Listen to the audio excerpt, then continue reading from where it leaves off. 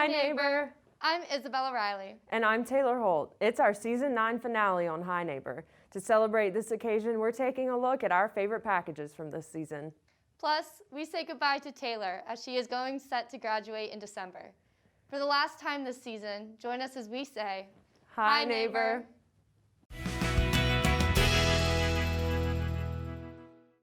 Hi, neighbor. My name is Isabella Riley. Today, I have the pleasure of giving a Zoom interview to Candace, who works as a director for the High Country.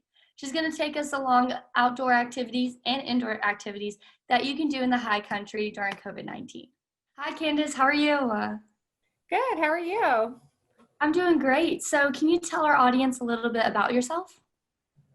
Yeah, I am a High Country native, and I have worked at the Regional Visitor Center for 8 years now, and it is an awesome job. We get to help people that are on vacation, and everyone is usually really excited to be here. I love to hike, and I've done pretty much all the activities in the High Country at this point, and you know, there's not a better place to be than the High Country. Awesome. So going off of hiking, what are some other activities that Boone community members can get involved in during the pandemic? So that is a question we get all day, every day. A lot of people like to fish. We have some National Heritage trout waters here. So a lot of people are picking up the hobby of fishing. You know, it's low cost. You can do it in a lot of different places around here. It's very relaxing, doesn't take a lot of physical activity. And you can do that even in the winter. Winter is actually a great time to fish. So we've been suggesting that to a lot of people, and a lot of people who've never fished before have said, I can't believe I have never tried this. This is just such a relaxing, wonderful way to enjoy the outdoors. So if you've never fished, I would suggest that. Another thing would be canoeing and kayaking. If people didn't know, we have the New River in our backyard, and that is the second oldest river in the world. It is also one of two that flows north. The other one would be the Nile River, which everyone has heard of. So we get people from all over the world who come here just to see the New River and canoe it. So definitely take advantage of that. It's a great way to experience the outdoors without being around a lot of people. And it's also not very strenuous, and a great way to just kind of observe beautiful birds. I usually see eagles when I'm out there, egrets, all kinds of natural wildlife out there. Is there any activities, because I know it's getting a lot colder, so do people canoe in the winter, or is there better activities to do come winter time? Canoeing is still popular in the winter. The only difference is that most of the outfitters are not open, so you would have to have your own canoe in the winter. Most of those will close usually at the end of October. But, you know, in the winter months, of course, we have the skiing and snowboarding that opens up. That will be a huge draw for people to come to the area. And also, I always say that winter is actually one of the best times to hike up here. That's when I like to hike. There's less people in town. The leaves are off the trees, so the views are better. And there's less humidity, so you can see further. It's a lot easier to hike and see views all the way to, you know, sometimes you can see the Charlotte skyline from some of our trails, and that's more likely to happen in the winter months when there's not any humidity. And then, of course, explore our indoor attractions like Mass General Store is always fun. We have the High Country Wine Trail. So we've got the 3 wineries up here, which, you know, are cozy places to hang out in the winter. And if you've never drank if you're over 21 and you've never drank a bottle of wine outside in the snow, that's an awesome experience as well. Is there anything else real quick you want to suggest to our viewers about what to do during this, such a time of just such isolation and mask wearing, but still being able to go outdoors, see some sights, and have that exercise they need? Yeah, I would just suggest really exploring the Blue Ridge Parkway. I think that it's a major asset for our area. And we do have a lot of detailed hiking guides here in the office. If you wanted to stop by, we're right by the Parkway Bridge. You can see it from our window. And this has all the detailed hiking trails in it. You might need this since you won't get much cell signal up on the parkway. But we have those for free outside the front door in a little box. So you could pick one up and go out there, have a picnic, and plan your next adventure. Awesome. Well, thank you so much for joining me virtually. It was a pleasure meeting you. For all of our High Neighbor viewers, make sure you go out and you pick up fishing or hike along the Blue Ridge Parkway. It's really the best time to do this with the isolation we're in. Until next time, bye, neighbor.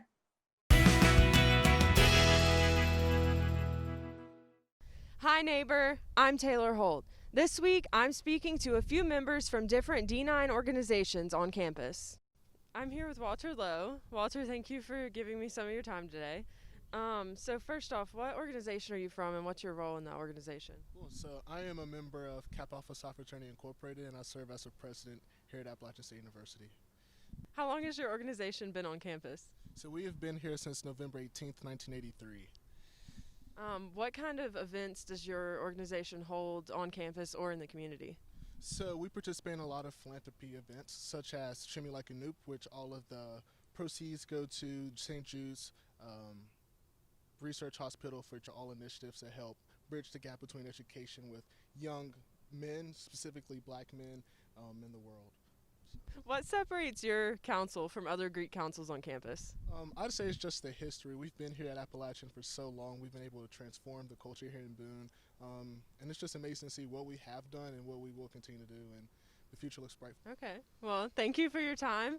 I really appreciate it. Okay, so I'm here with Zane Johnson. Thank you for giving me a little bit of your time this morning. Absolutely.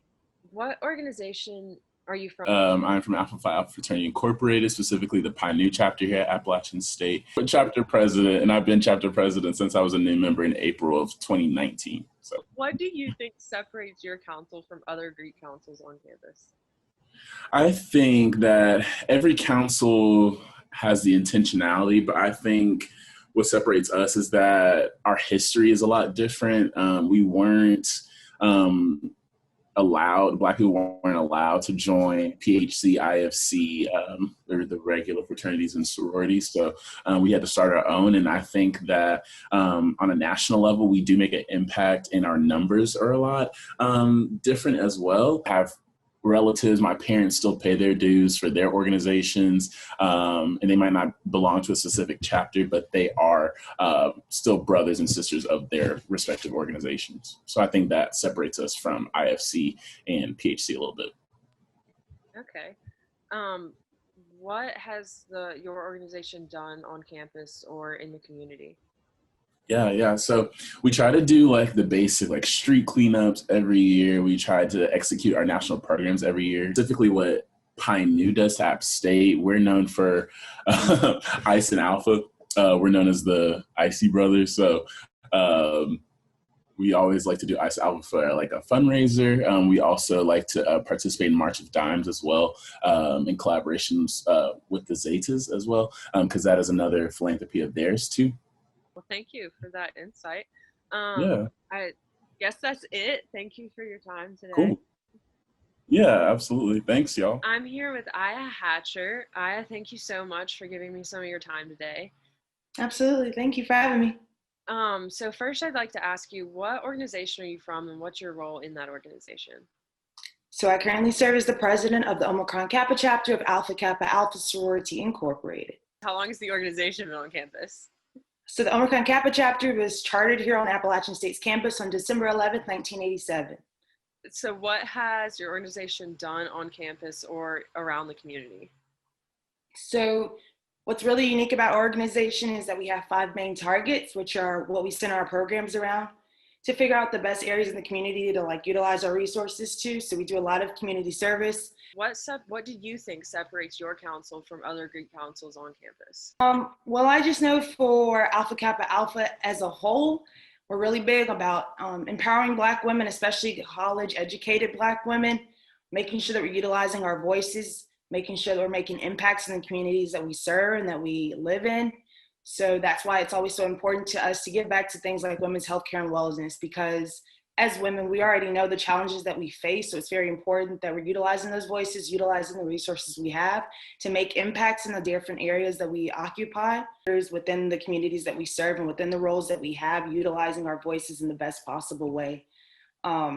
Which all of the organizations do that 110%, but I think we all go about doing that in different ways, and the target areas that we try to hit on are also very different. Okay. Well, thank you for giving me a little bit of insight on that, and thank you for giving me your time today. I really appreciate it. Thank you all so much. Okay. Are you ready? Yeah, I'm ready. Okay. So, I'm here with Cameron Hunter. Thank you for giving me your time today. What organization are you from, and what's your role in that organization? I am a member of the Phi Beta Sigma Fraternity Incorporated, and I serve as our chapter president.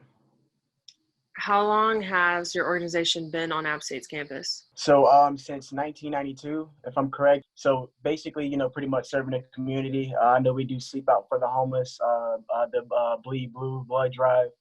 Other events that we have hosted includes Brother to Brother, which is a talk, among African American men. And, we try to branch out to other African American men, so we can expand our organization. But then on top of that, try to take potential new members in. So what do you think kind of separates your council from other Greek councils on campus?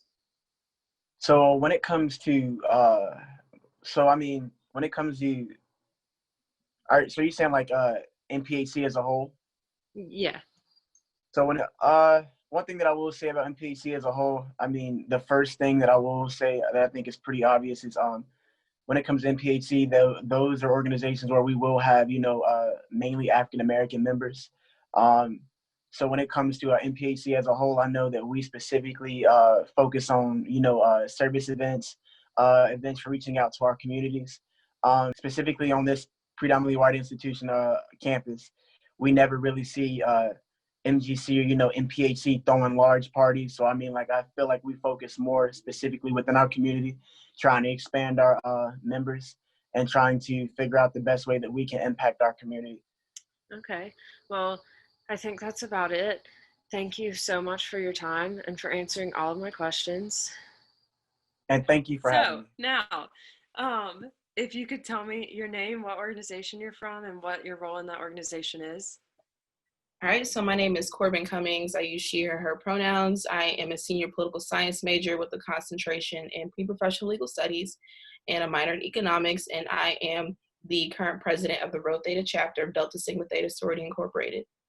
And how long has the organization been on campus? We were chartered on campus of Appalachian State University, May 6, 1991. What has the organization done on campus or in the community? What kind of things have they done? Oh, sorry. No. Some of the things that we've done, just to give more insight about ourselves. So Delta Sigma Theta Sorority Incorporated is an organization of college-educated women. We are committed to the constructive development of our members and a public service with a primary focus on the Black community. So the work that we do within Delta is always on focus on public service. So we have a history of that since 1913. The Women's Suffrage March was our first public action that we were involved in. So we've always kept that same energy around what does social action look like, what does public service look like, and how do we best support the Black community. So we focus on social action. We focus on physical, mental health. We focus on international awareness and involvement, economic development, and educational development.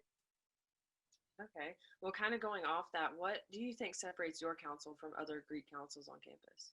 Yeah, so as being the parliamentarian of NPHC as well, something that separates us from other councils is just the rich history that we have within the African American community as far as doing service and work to improve said community. We focus on brotherhood, sisterhood. We focus on scholarship, whether it be achievement, whether it be intelligence. We focus on just the overall well-being of what that means to support other folks who are doing work within higher education. So that's really important to us.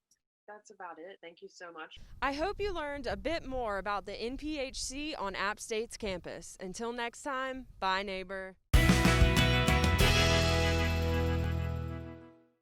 Hi neighbor, I'm Taylor Holt. Today I'm out on Sanford Mall to get some more information about the food truck options available to help with physical distancing during COVID-19.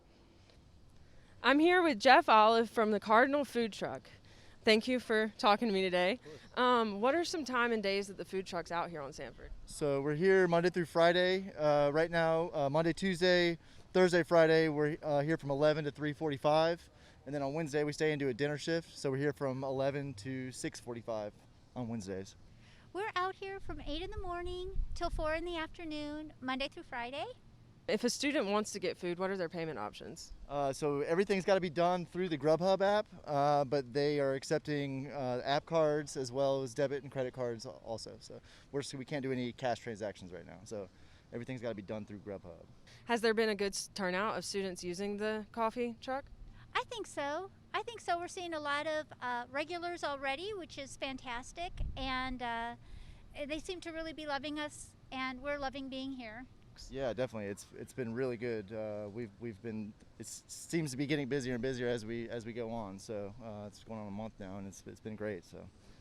Okay. Do you know if there's plans to have the food truck available all semester? As far as I know, right now, yeah, we're here at least until December, and I think there's talks of it going on beyond that. So yeah. Well, I know that we're going to be here until the end of this semester, and then spring semester. I'm not really sure what they have in mind, but if they wanted us back, we would be here. Definitely, yeah, we're really hoping so. Like I said, we've been getting great feedback from it, and we're trying to start incorporating like new specials, daily specials, and that kind of thing. So we're planning on being here at least for the as long as we can, for sure. Well, if you weren't here, where would the coffee truck be? The coffee truck would be nowhere on campus, but we do have our store in town. Where's that at? That's at New Market Center, just up 421. I don't know. We've talked about that. We're going to find somewhere. We've talked about maybe over by the hospital, or we were talking about going with Betty's to a couple different places, maybe like the outlets up in Blowing Rock or something like that. There's things we're throwing around. So hopefully we can stay here, though. Yeah. It seems like students are loving the food truck options here on Sanford Mall. Instead of the dining hall, we've got some great new options. Stop by between 11 and 3:45 on the weekdays. Until next time, bye neighbor. That's all for this season of Hi Neighbor. Taylor, thank you so much for welcoming me with open arms on this show. You have shown me nothing but love and compassion, and it has honestly meant the world to me. I'm going to miss you so much next semester, and congratulations on graduating. Thank you, and I wish you the best of luck in next semester and everything else you do for your career and for college, and you have been amazing to work beside. Thanks to all of you for a wonderful season. It has been truly amazing being here with you guys. Have a great break, and we will see you all back here in January. Bye, neighbor.